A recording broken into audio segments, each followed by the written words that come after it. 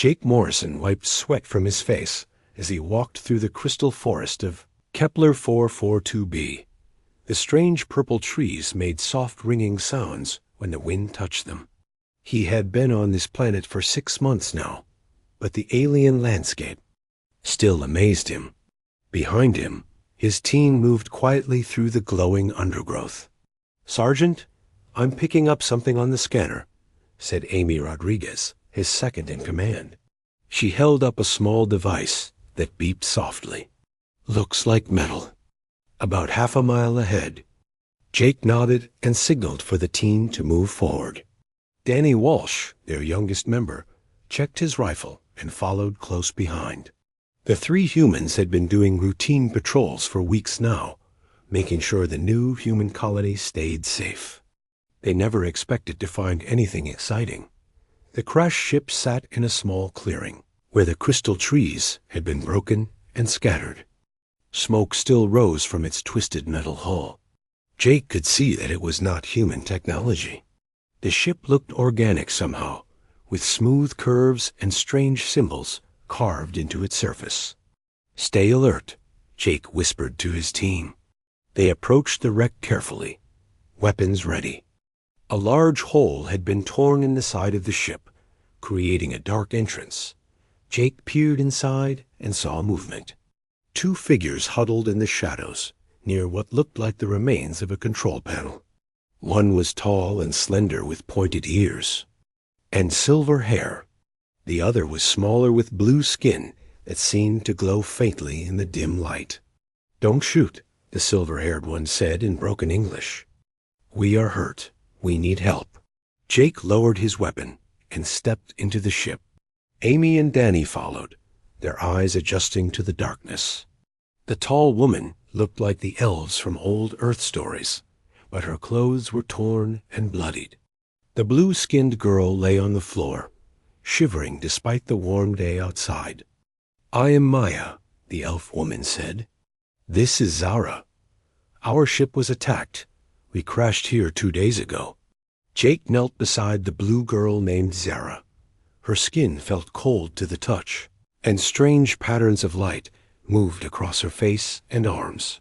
She looked up at him with large purple eyes that seemed to hold intelligence and fear. "We need to get them to the Colony Medical Center," Jake said to his team. He activated his communicator and called for a transport vehicle. Maya shook her head. "No hospitals. Too dangerous. Others might find us there. We are refugees from the war in the outer systems." Jake had heard rumors about fighting in distant star systems, but the human colony had been peaceful so far. He looked at Zara, who was growing weaker by the minute. Her blue skin was turning pale, and her breathing was shallow. "The cold is killing her," Maya explained. "Her people need warmth to survive. At night, this planet becomes too cold for Zirithy. I tried to keep her warm, but I am not strong enough." The sun was already setting behind the crystal trees. Jake knew that Kepler 442b got very cold at night, cold enough to kill even humans without proper gear. He made a quick decision. "We'll make camp here tonight," he told his team. "Set up the emergency shelter." Amy looked surprised. "Sergeant, we should get back to base before dark." "These people need our help," Jake replied. "We're not leaving. Them to die." Danny began unpacking their survival gear while Amy set up the portable shelter. Jake watched Zara grow weaker as the temperature dropped. The patterns of light on her skin were fading, and she had stopped shivering. Maya held Zara close, but Jake could see that even the elf was starting to feel the cold. Her silver hair was covered with frost, and her lips were turning blue. Jake unrolled his military sleeping bag. It was designed to keep humans alive in extreme cold, with advanced heating elements and insulation. Without hesitation, he picked up Zara and placed her inside the warm bag, zipping it up to her neck. "This should help," he said to Maya, who stared at him in amazement. "You would give up your warmth for a stranger?" Maya asked. "For someone not even of your species?" Jake shrugged. She needs it more than I do. Amy saw what Jake had done and immediately offered her own sleeping bag. To Maya, "Here, you look cold too." Danny pulled out extra blankets and started building a fire with some of the broken crystal wood. "We'll manage," he said with a grin. "Humans are tough." As the night grew colder, the three humans huddled together around their small fire, sharing one remaining sleeping bag between them. They took turns staying awake to keep the fire burning and to watch over their new alien friends. Zara's color began to return as the sleeping bag's heaters warmed her body. The light patterns on her skin grew brighter, pulsing in what looked like a rhythm of gratitude. Maya watched the humans shiver in the cold, sacrificing their comfort for complete strangers. "Why do you do this?" Maya asked Jake as they sat by. "The fire. Your people could have left us to die. Most species would have." Jake looked at Zara, who was sleeping peacefully in his warm sleeping bag. "Because it's the right thing to do," he said simply. "Where I come from, we don't abandon people who need help." Maya was quiet for a long time, thinking about Jake's words. In all her travels across the galaxy, she had never met beings like these humans. Her own people, the Silvari, were cautious and suspicious of outsiders. Most other species she knew would have demanded payment or favors in exchange for help. As dawn approached, Zara opened her eyes and looked at Jake with wonder. She spoke in her own language, and colorful patterns danced across her skin. "Maya." Translated, she says thank you for saving her life. She wants to know how she can repay such kindness. Jake smiled and helped Zara sit up. "Just get better." "That's payment enough?" The morning sun warmed the crystal forest, and the three humans packed up their camp. They had made it through the cold night, and their alien friends were alive because of their sacrifice. None of them knew that this simple act of sharing a sleeping bag would change the course of galactic history. The news spread faster than Jake expected. Within hours of returning to the human colony, word of their rescue had reached every corner of the settlement. But more importantly, it had reached the hidden refugee camps scattered throughout the crystal forest. Maya and Zara had been taken to the colony's medical center, despite Maya's earlier protests. Dr. Lisa Chun, the head of the medical team, worked carefully to understand their alien biology. She had studied xenobiology on Earth, but this was her first time treating actual alien patients. "Fascinating," Dr. Chun murmured as she examined Zara's bioluminescent skin. Her cells seemed to generate light as a form of communication. "And Maya's physiology is remarkably similar to humans, just more efficient." Jake sat in the waiting area, still tired from the cold night. His team had been debriefed by Colony Administrator Kate Johnson, who seemed both impressed and worried by their discovery. "You realize this changes everything," Kate had told him. "We're no longer alone on this planet. Earth Command needs to know about this immediately." But Jake was more concerned about Maya and Zara than about reports to Earth. He had seen the fear in their eyes when they talked about the war in the outer systems. Whatever they were running from had scared them badly. Maya emerged from the medical bay looking much better. Her wounds had been treated, and she wore clean clothes provided by the colony. She found Jake in the waiting area and sat beside him. "Zara is recovering well," Maya said. "Your Dr. Chun is very skilled. But Jake, there is something you must know. We are not the only refugees on your planet." Jake looked up with interest. "What do you mean?" "There are others hiding in the forests. My people, the Silvari, have a camp about 50 miles north of here. Zara's people, the Zirithi, have their own settlement to the east. We have been watching your colony for months, trying to decide if humans could be trusted." This was news to Jake. The human colonists had no idea they were sharing the planet with alien refugees. "How many are we talking about?" "Perhaps 300 of my people, and about 200 Zirathi. We are all that remains of our worlds after the Void Hunters came. Jake had never heard of Void Hunters, but the name made him uncomfortable. What are Void Hunters? Maya's face grew dark. Machines that consume entire planets. They turn living worlds into metal and energy for their fleets. My homeworld of Sylvander was beautiful once, covered in great forests that sang in the wind. Now it is nothing but dead metal and empty space. That evening, Jake was surprised to receive a message requesting his presence at an emergency meeting in the forest. Maya had arranged for him to meet with the leaders of both refugee groups. Against regulations, Jake decided to go alone, leaving Amy and Danny to cover for him at the base. The meeting place was a natural amphitheater formed by tall crystal trees. Jake arrived to find dozens of aliens waiting for him. The Silvari looked like Maya, tall and graceful with pointed ears and silver hair. The Zirathi were more varied, some blue like Zara, others green or purple, all with the same bioluminescent skin patterns. An elderly Silvari woman stepped forward.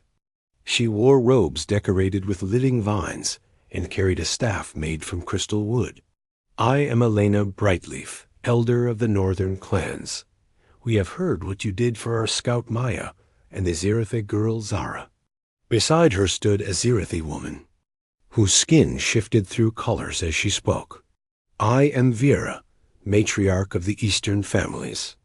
My daughter Zara lives because of your kindness. Jake felt uncomfortable being the center of attention. I just did what anyone would do. Elena shook her head. No, human Jake. We have traveled across many star systems and met many species. Few would risk themselves for strangers. Your people are different. Vera's skin pulsed with warm yellow light. In our language, we have no word for what you did. The closest translation would be heart-sharing, to give your warmth to another at cost to yourself.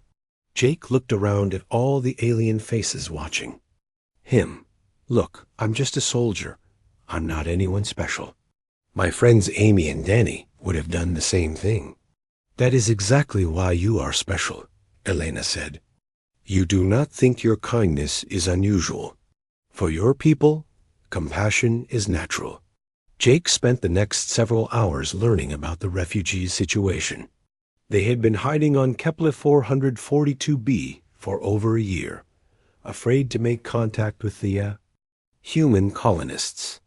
Most species they had encountered viewed refugees as either threats or resources to be exploited. We were prepared to defend ourselves if your people tried to drive us away, Vera admitted. Our biotechnology could have made your colony very uncomfortable. Elena nodded. My people's knowledge of this planet's crystal forests could have made your expansion impossible. We know where every water source flows and where the ground is stable for building. Jake realized how much trouble the human colony could have faced if these refugees had decided to be hostile. Instead, they had hidden and watched, waiting to see what kind of people the humans were. But now we have seen your true nature, Elena continued. You offer aid without asking for payment. You risk your comfort for strangers. Perhaps we were wrong to hide. The meeting ended with an agreement. The refugee leaders would reveal themselves to Colony Administrator Kate Johnson and offer to share their knowledge in exchange for sanctuary. Jake would help arrange the first official contact between the human colony and their alien neighbors. As Jake walked back through the crystal forest, he thought about how different his life had become in just one day. This morning, he had been a simple patrol sergeant. Now he was apparently some kind of diplomat between species. When he reached the colony, he found Kate Johnson waiting for him in her office. She did not look happy. Sergeant Morrison, I've been getting some very interesting reports about your activities today, Kate said. Care to explain why you're holding unauthorized meetings with alien leaders? Jake took a deep breath and told her everything. About the refugees, about the Void Hunters, about the offer to share knowledge. Kate listened without interrupting, her expression growing more serious with each detail. "This is bigger than our little colony," Kate said finally. "If these void hunters are real, Earth needs to know. And if we have 300 potential allies living in our backyard, that changes our entire situation." She looked out the window toward the crystal forests where the refugees waited. "Set up a formal meeting for tomorrow. I want to hear what they have to offer. And Jake, good work out there. Your sleeping bag might have just saved more lives than you know." As Jake headed home to his quarters, he passed the medical bay where Zara was recovering. Through the window, he could see her sitting up in bed, the light patterns on her skin pulsing in steady, peaceful rhythms. Dr. Chun had said she would make a full recovery. Jake smiled and continued on his way. He had no idea that news of his simple act of kindness was already spreading beyond Kepler 442b, carried by quantum messages to refugee camps throughout the galaxy. Humans, it seemed, were not what anyone expected. 3 weeks had passed since the first meeting between humans and the alien refugees. The human colony had transformed from a simple farming settlement into something resembling a small city. Silvari crystal architects worked alongside human engineers to build new structures that seemed to grow from the ground itself. Zirathi biotechnicians helped Dr. Chun develop new medical treatments that worked for all 3 species. Jake found himself in the middle of it all, no longer just a patrol sergeant, but an unofficial liaison between the groups. He spent his mornings training with Silvari warriors who moved through the crystal forests like ghosts, and his afternoons learning Zirathi biotechnology from Zara, who had recovered completely from her ordeal. "Your species adapts quickly," Maya observed as she watched Jake practice with a Silvari crystal blade. The weapon hummed with energy, responding to his thoughts and emotions. "Most beings take months to learn what you have mastered in days." Jake parried an attack from his Silvari sparring partner and grinned. "Amy says it's because we're too stubborn to quit. Danny thinks it's because we're too dumb to know when something is impossible." Maya laughed, a sound like wind chimes in a gentle breeze. Over the past weeks, she had become Jake's closest friend among the refugees. Her formal manner had relaxed, and she seemed genuinely happy for the first time since her arrival. Their training session was interrupted by alarms, echoing across the colony. Jake dropped his crystal blade and ran toward the command center, Maya close behind him.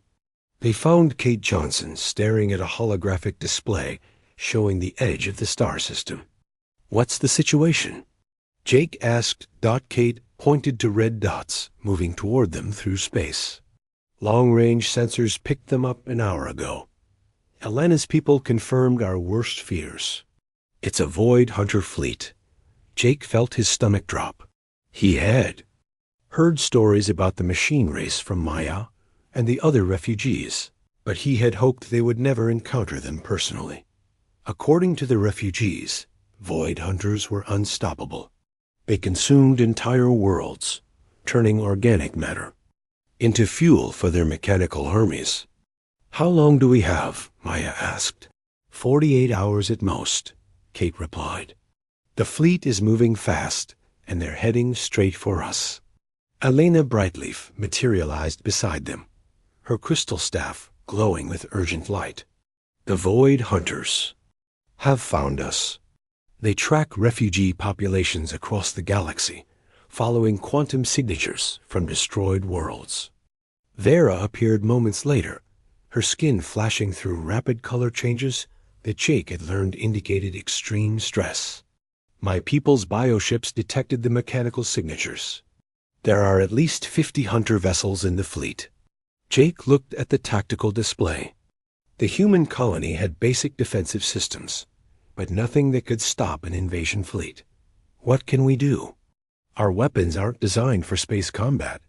Elena stepped forward. "My people possess shield technology that could protect your colony. Crystal matrices that can absorb and redirect energy attacks. And my people's biotechnology could enhance your weapons," Vera added. Living ammunition that adapts to targets, bioarmor that heals itself. Kate looked hopeful for the first time since the alarm started. What do you need from us? Trust, Elena said simply. Our technologies require integration with your systems. Your people would need to work directly with our crystals and bioorganisms. There are risks, Vera warned. Bioenhancement changes human physiology.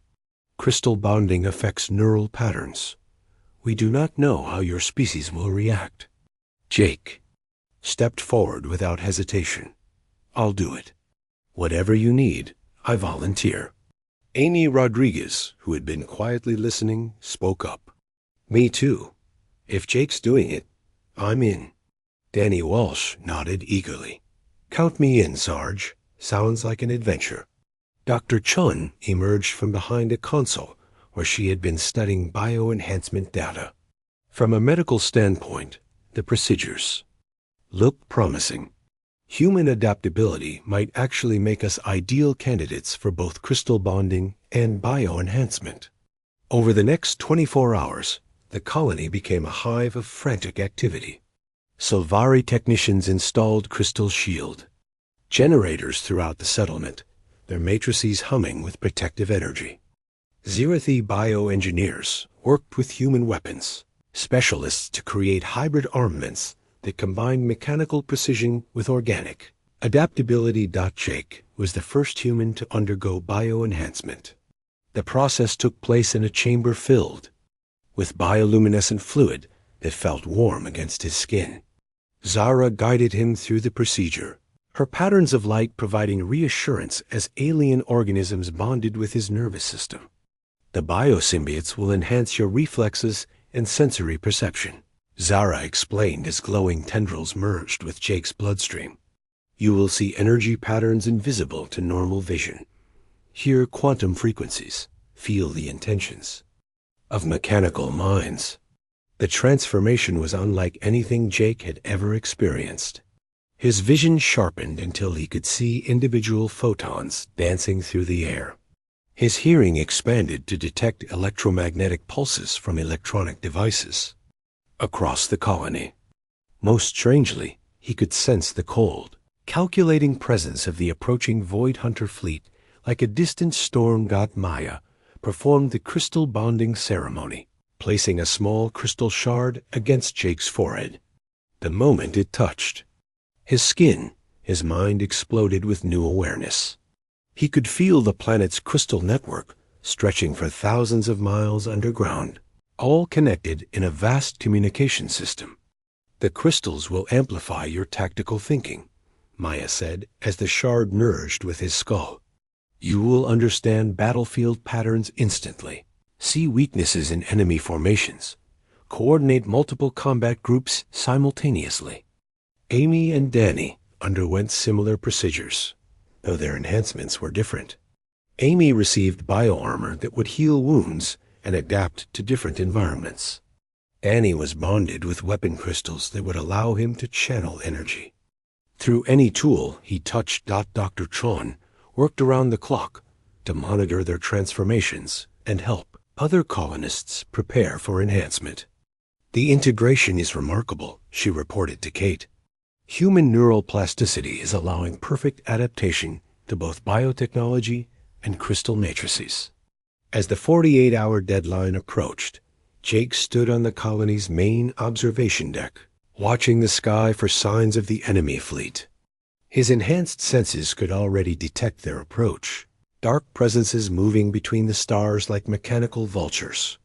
Maya joined him, carrying her crystal staff and wearing armor made from living wood and metal. Are you ready for this? She asked. Jake checked his bio-enhanced rifle, feeling the weapon's organic components respond to his touch. As ready as anyone can be for their first alien war. Zara appeared beside them, her skin cycling through combat patterns that would allow her to coordinate with bioweapons during battle. The enhancement suits you, she told Jake. You still feel human, but stronger. Jake smiled at his alien friends.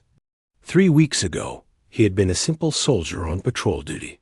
Now he was part human, part living technology, bonded with crystal networks and bioorganisms he barely understood. But somehow it felt right. "Contact in 30 minutes," Kate's voice announced over the colony's communication system. "All defenders to battle stations." Jake took one last look at the peaceful crystal forest where he had first met Maya and Zara. In a few minutes, this beautiful world would become a battlefield. But for the first time since the crisis began, he felt confident they could win. After all, they were no longer just humans, or Sylvari, or Zirathi fighting alone. They were something new, something the Void Hunters had never encountered before. They were three species united by trust, enhanced by cooperation, and strengthened by the simple human belief that everyone deserved protection. The enemy fleet appeared as bright dots against the stars, mechanical and cold and utterly without mercy. But Jake was no longer afraid. He had friends beside him, power flowing through his veins, and a sleeping bag's worth of trust between species. It was time to show the galaxy what humans could do when they decided to fight for others. The Void Hunter fleet descended from space like a swarm of metal insects, their ships blocking out Kepler 442b's twin suns. Jake watched from the colony's command center as dozens of mechanical vessels took positions in orbit, their weapon systems charging with cold blue light. "Shields are holding," Elena reported from her crystal control station. The Sylvari Elder's hands moved over glowing crystals that hummed with protective energy. Around the colony, transparent barriers shimmered into existence, deflecting the first wave of enemy fire. Jake felt the battle through his enhanced senses, every explosion registering as ripples in the planet's quantum field. His bio-enhancements allowed him to track individual enemy ships, while his crystal bonding gave him an overview of the entire battlefield. It was overwhelming and exhilarating at the same time. "Bioweapons are responding well," Vera announced. Her skin flashed with rapid color changes as she coordinated with the Zirathi combat organisms. Living ammunition streaked through the sky like glowing arrows, each shot adapting to its target as it flew. Amy Rodriguez led a mixed team of human marines, Sylvari warriors, and Zirathi bio-commandos through the crystal forest. Her bio-armor shifted color to match her surroundings, while Danny Walsh's crystal-enhanced weapons cut through enemy scout drones like paper. "This is incredible," Danny laughed over the communication channel. "These crystal weapons never run out of power, and the bio-enhancements make everything feel like slow motion." But Jake could sense something the others couldn't. The Void Hunters were holding back, testing their defenses rather than launching a full assault. Through his enhanced perception, he felt the cold calculation of machine intelligence analyzing. "Their every move. They're learning from us," Jake told Kate. "Every shot we fire, every shield activation, they're recording and adapting. This isn't their real attack." Kate Johnson studied the tactical display. Then what are they waiting for? The answer came in the form of a massive ship dropping from behind Kepler 442b's smaller moon. It was 10 times larger than the other Void. Hunter vessels, bristling with weapons, and covered in armor that seemed to absorb light itself. "Command vessel," Maya said grimly. "I saw ships like this at the fall of Sylvander. It carries enough firepower to crack a planet's crust." The giant ship began charging what looked like a main cannon, energy building to levels that made Jake's enhanced senses scream with warning. Whatever that weapon was, their shields wouldn't stop it. "We need to take out that ship," Jake said. "If it fires that cannon, it won't matter how good our defenses are." Elena shook her head. "Impossible. No fighter craft could penetrate its armor, and our ground weapons cannot reach orbital targets." But Jake was already forming a plan, his crystal-enhanced tactical thinking combining with human intuition in ways that surprised even him. "What if we don't attack from outside? What if we get inside?" Zara's bioluminescent patterns shifted to confusion. How could we reach their ship? We have no spacecraft capable of orbital insertion. Jake grinned. We don't need spacecraft. We need teleportation. Maya stared at him.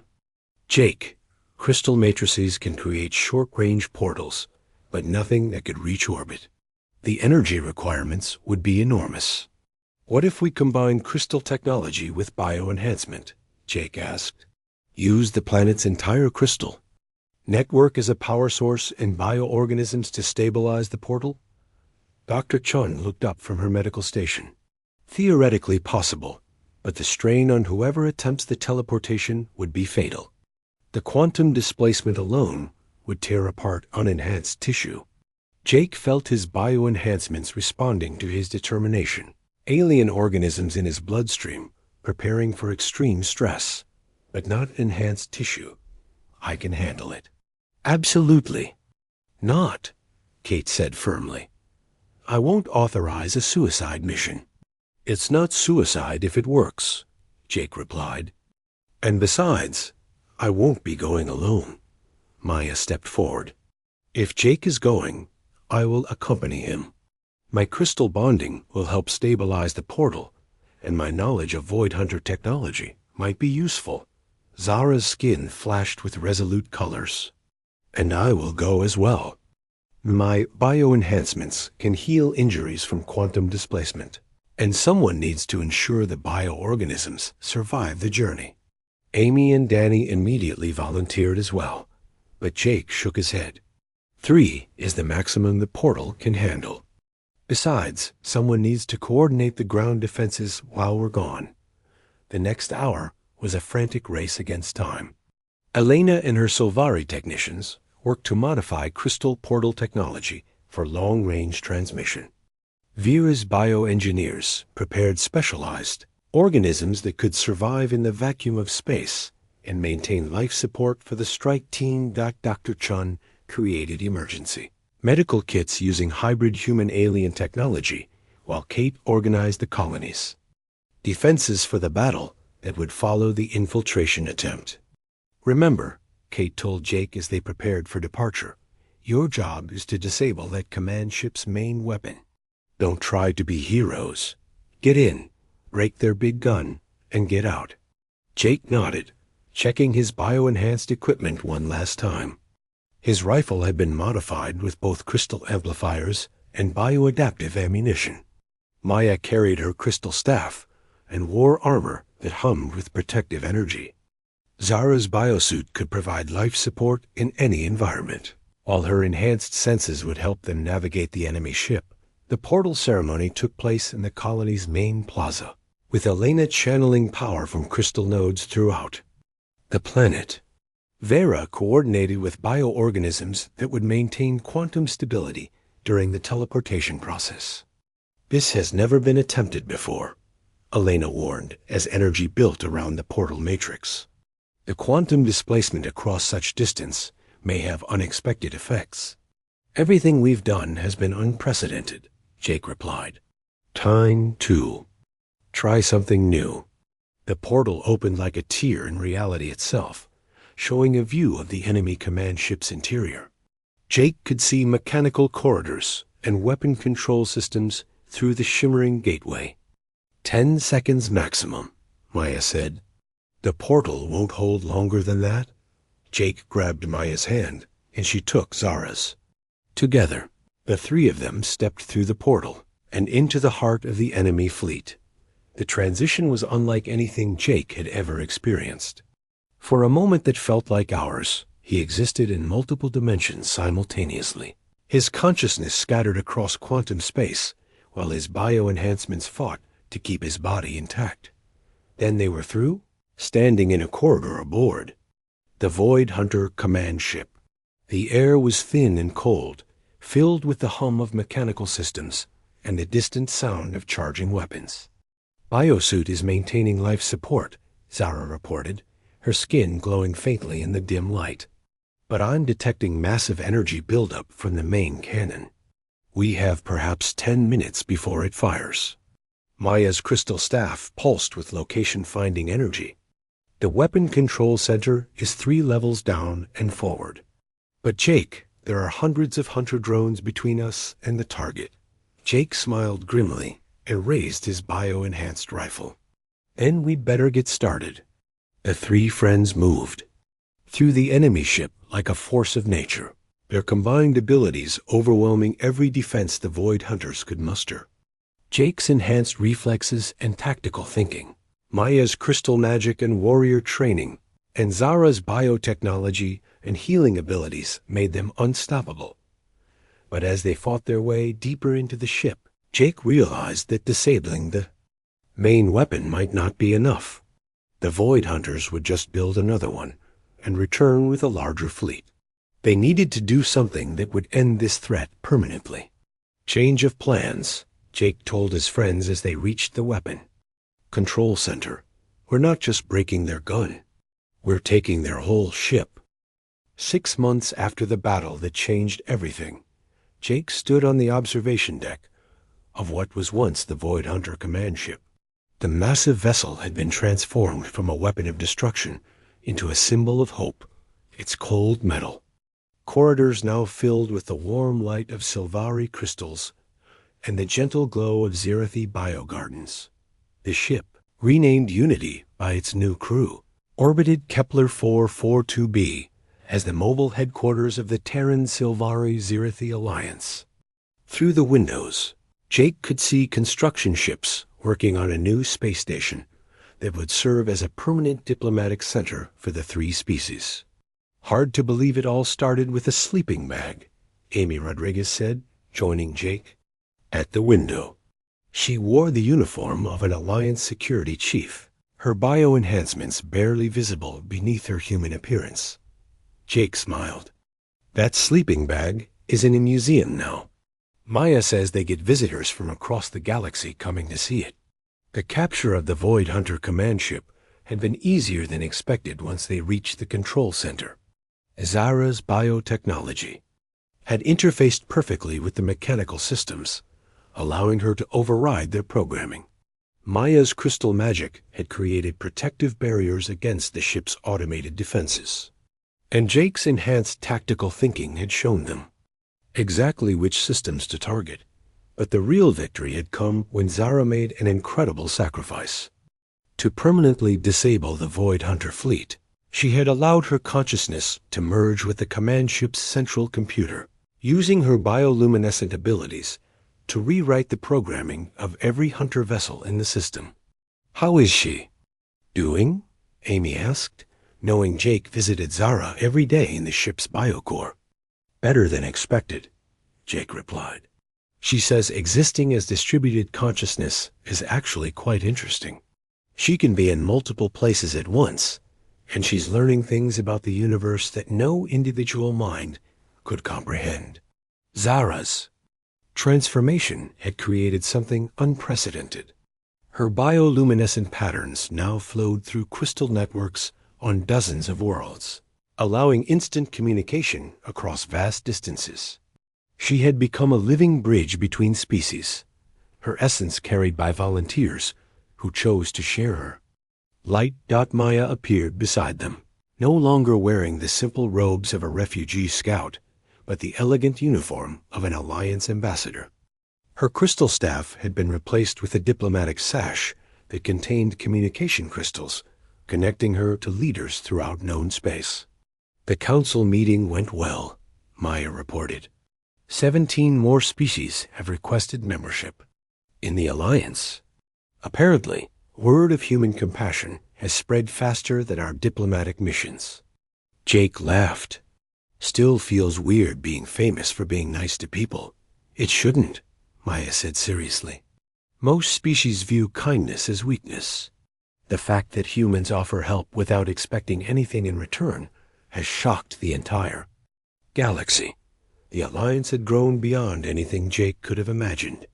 What started as a desperate cooperation between 3 species had become a movement that was changing galactic politics. The key was the human concept of unconditional aid, something so foreign to most alien cultures that it was initially dismissed as impossible. Danny, Walsh's voice crackled over the ship's communication system. "General Morrison, you're needed." In the strategy room, "We've got reports of another Void Hunter fleet heading for the Rigel system." Jake sighed. Even 6 months later, scattered Void Hunter fleets continued to threaten refugee populations throughout the galaxy. But now they faced a very different enemy than before. The strategy room was filled with holographic displays showing ship movements across multiple star systems.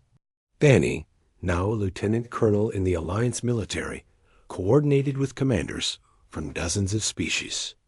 "The Hunter fleet is small," Danny reported, "but they're targeting a refugee camp on Rigel 7. Mostly civilians who escaped the attack on the Centauri colonies." Jake studied the tactical display. "Response time? 4 hours if we leave immediately." Amy answered, "The Unity can handle their fleet, but we'll need ground support for evacuation operations." "I'll lead the mission," Jake decided. "Maya, can you coordinate with the refugee leaders?" "Zara, we'll need biomedical support from multiple species." Zara's voice came from speakers throughout the room, her consciousness present wherever Alliance technology existed. Medical teams are already preparing. "Jake, be careful. These isolated Hunter fleets are becoming more aggressive as they lose contact with their command networks." The mission to Rigel 7 went exactly as planned. The Unity's combination of human tactics, Sylvari shields, and Zerithi bow weapons made short work of the Void Hunter fleet. More importantly, the refugee evacuation was completed without a single casualty. But as Jake watched the refugee ships departing for safer worlds, he realized that individual rescue missions weren't enough. The Alliance needed to be proactive rather than reactive. "We need to find their source," Jake told his command staff during the flight back to Kepler 442b. "Every Void Hunter fleet we've encountered has been searching for something. There must be a central command or manufacturing base somewhere." Dr. Lisa Chun, now the Alliance's chief science officer, looked up from her research station. "Actually, I think I might know what they're looking for. The quantum signatures from destroyed worlds all point toward the galactic core. Something there is calling them home." Maya's expression grew thoughtful. "The old legends speak of a place called the Silent Heart, where machines first learned to think. My people always assumed it was mythology. What if it's not?" Jake asked. "What if there's actually a Void Hunter homeworld out there, and all these fleets are trying to return to it?" The discussion that followed would lead to the Alliance's greatest expedition, a journey to the galactic core to find and neutralize the source of the Void Hunter threat. But that was a story for another day. For now, Jake was content to stand on the Bridge of Unity, watching the stars wheel by as they headed home to Kepler 442b. The planet had become the heart of the Alliance, its crystal forests now home to representatives from dozens of species. Children played in biogardens where human, Sylvari, and Zerithi youngsters learned together. Scientists worked in laboratories that combined 3 different approaches to understanding the universe. Artists created works that no single species could have imagined alone. "It's beautiful," Maya said, joining Jake at the viewport as Kepler 442b came into view. "Sometimes I can hardly believe how much has changed." Jake nodded, thinking about that cold night in the crystal forest when he had offered his sleeping bag to a dying alien girl. Such a simple gesture, yet it had rippled outward to transform the galaxy. "You know what the best part is?" Jake said, "We're not done yet. Every day, more species learn that there's an alternative to conquest and exploitation. Every day, the Alliance grows stronger." Amy appeared beside them, carrying a report from Earth Command. "Speaking of growing stronger, humanity just approved the construction of 100 new Unity-class ships. Looks like Earth is finally taking our little alliance seriously." Jake smiled as he read the report. Earth had been skeptical at first, But the success of the alliance had convinced even the most conservative politicians that cooperation with alien species was humanity's future. Zara's voice filled the bridge, warm with artificial emotions that felt completely real. Welcome home, everyone. The Sleeping Bag Museum has 3 new exhibits ready for your review, including a display about the Battle of Rigel 7. Jake laughed. A whole museum dedicated to one piece of camping gear. Who would have thought? It's not about the sleeping bag, Maya said gently. It's about what it represents. The moment when 3 species chose trust over fear, when a human soldier decided that an alien life was worth saving even at personal cost.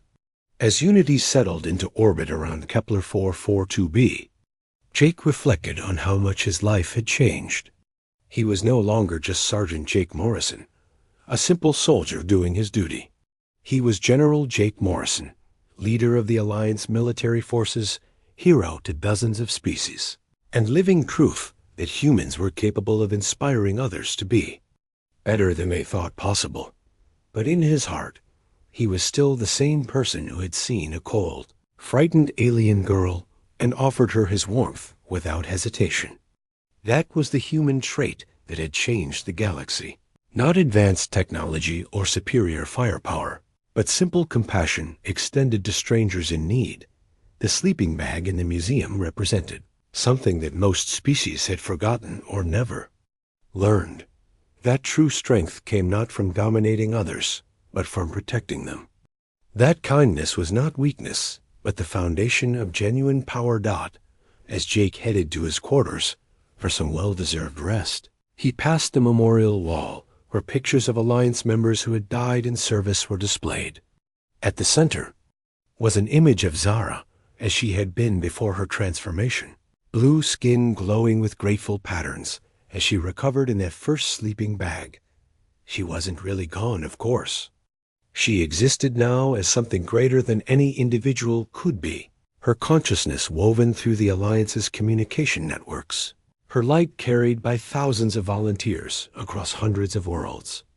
But Jake still missed the simple alien girl who had looked at him with wonder when he offered his warmth to a stranger. She had taught him that heroism wasn't about grand gestures or epic battles. Sometimes I